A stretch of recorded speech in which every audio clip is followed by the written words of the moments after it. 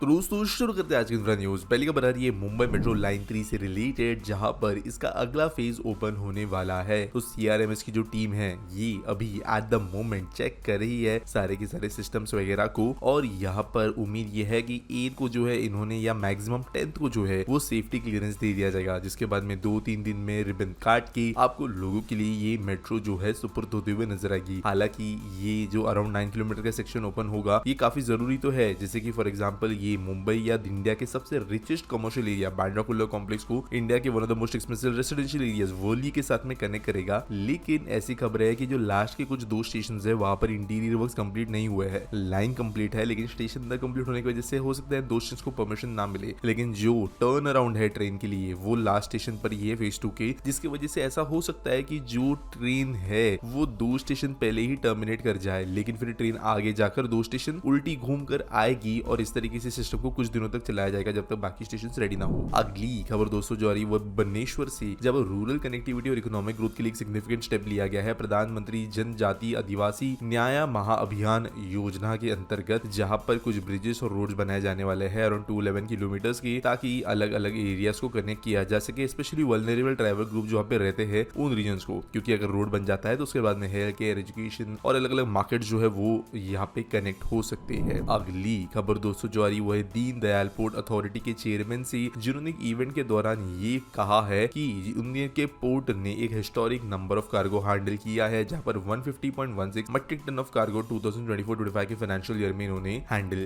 किया, यानी अराउंड 57,000 करोड़ की इन्वेस्टमेंट जो अभी इनकी आने वाली है उसके बाद जो है इन्होंने एम रखा है 170 मिलियन मेट्रिक टन पर एनम का। तो यहाँ पर ऑब्वियसली बहुत ज्यादा पोटेंशियल है, और जो नेशनल एवरेज ग्रोथ थी पोर्ट कैपेसिटी के अंदर 4.34% की, उसके ऊपर इन्होंने 13% अचीव किया है, तो यानी कि आउटस्टैंडिंग पोर्ट है बाकी कंपटीशन के हिसाब से। अगली खबर दोस्तों जो आ रही है वो है London based consumer tech brand Nothing से रिलेटेड, जो कि टॉक्स कर रहे हैं या कई तो डिस्कशंस कर रहे हैं for an advance venture of ₹1,000 crore for electronics manufacturing services in India या ईएमएस सर्विसेज इन इंडिया। तो आप जानते हो नथिंग जो है, हालांकि इसकी कॉर्पोरेट एंटिटी को देखे तो बहुत ज्यादा ये कॉम्प्लिकेटेड है, लंदन बेस्ड है, वन प्लस के फाउंडर ने इसको फाउंड किया है, चाइना में से शुरुआत हुई थी वगैरह वगैरह, लेकिन इनका प्राइमरी मार्केट जो है वो भारत का ही है। भारत के अंदर ही अभी ये मैन्युफैक्चरिंग जो है कर रहे हैं कुछ हद तक, लेकिन अब बड़े लेवल पे ये करना चाहते हैं जहां पर इनकी जो बढ़ती डिमांड है उसको वो केटर करेंगे। और यहाँ पर दोस्तों ये सिर्फ और सिर्फ अभी फोन्स के हिसाब से नहीं, लेकिन आगे जाकर इनके कुछ प्लान्स जो है वो दूसरे पार्ट्स वगैरह के लिए भी जो है वो समझ में आ रहे हैं। अगली खबर दोस्तों जो आ रही है गुजरात मेट्रो रेल कॉर्पोरेशन से, जाके स्टेट गवर्नमेंट ने प्लान किया है to develop future infrastructure for Olympics in the field of metro.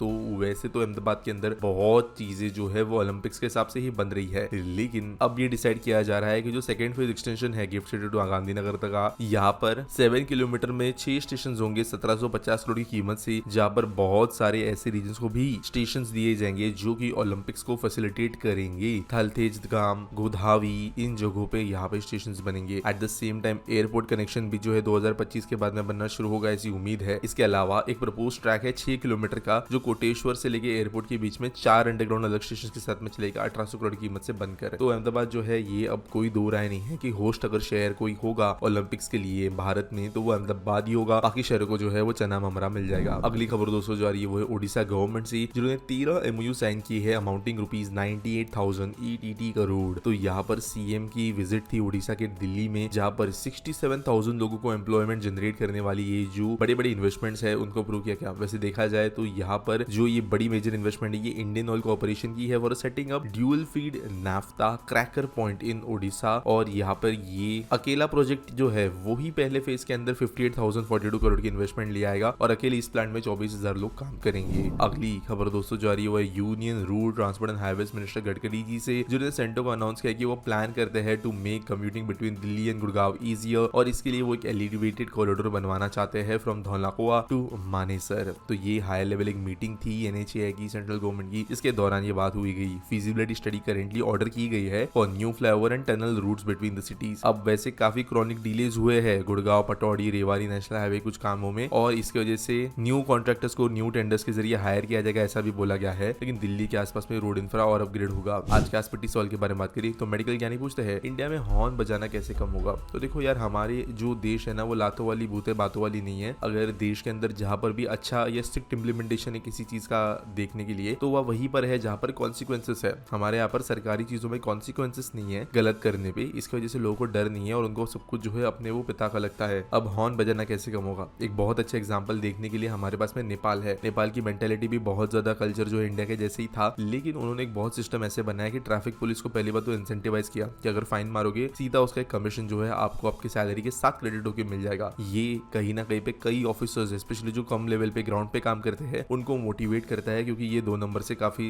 ज्यादा अच्छा हो सकता है। एट द सेम टाइम जो पनिशमेंट दी गई वो ऐसी बनाई गई जिसको कोई विरोध ही नहीं कर सकता। फॉर एग्जाम्पल अगर पैसे वगैरह का फाइन लगा दिया जाए तो हमारे देश के अंदर गरीब का मसला जो है बहुत जल्दी उठता है, लेकिन यहाँ पे किया है क्या कि अगर आप हॉर्न बिन मारते हुए पकड़े गए, आपको ले जाया जाता है वहाँ की ट्रैफिक डिपार्टमेंट के अंदर और एक बंद कमरे में घंटों घंटों बिठाने के बाद में एक ट्रैफिक सेफ्टी अवेयरनेस फिल्म दिखाई जाती है। और लोग जो है वो जो पूरा प्रोसेस जिसमें पूरा दिन निकल जाता है फिल्म देखने वाला, वो अवॉइड करने के लिए हॉर्न बजाना कम कर दिए, हेलमेट पहनना शुरू कर दिए, लेन डिसिप्लिन फॉलो करना शुरू कर दिए। भारत के अंदर जो है हमारी पॉलिटिक्स जो आप जितना समझते हो उससे कई गुना वीक है। अब आरटीओ कांस्टेबल्स जो है उनके घर पे अगर 600 करोड़ रुपए मिलना शुरू हो जाए तो आप समझ सकते हो रॉट इन द सिस्टम कितना ज्यादा खतरनाक है। तो यहाँ पर ये चीजें मेरे को नहीं लगता इजीली सॉल्व होने वाली है और कोई विलिंग भी नहीं है। सॉल्यूशंस बहुत सारे, जैसे मैंने नेपाल का भी कहा, वैसे कुछ और सॉल्यूशंस भी है। जैसे फॉर एग्जांपल 1 मिनट में हॉर्न को इस तरीके से डिजाइन किया जा सकता है कि वो 10 to 15 सेकंड्स मैक्सिमम बजाया जा सके, और जैसे वीडियो गेम्स के अंदर फिर आपको 2, 3, 4 मिनट उसको रिप्लेनिश होने के लिए रुकना पड़ता है, वैसा कुछ हो। अचानक से स्केर्सिटी ऑफ हॉर्न जो है अगर आता है तो लोग जो है उसका यूज भी स्पारिंगली करना शुरू करेंगे। लेकिन ऑब्वियसली जैसे मैंने पहले भी एक्सप्लेन किया, विलिंगलेस नहीं है और हमारे यहाँ पर करप्ट जो है सिस्टम वो बहुत ही ज्यादा है। उम्मीद करता हूँ सवाल का जवाब मिल गया होगा। आपके पास कुछ सवाल है तो आप कमेंट सेक्शन में मुझे पूछ सकते हो। मिलेंगे अगली वीडियो में।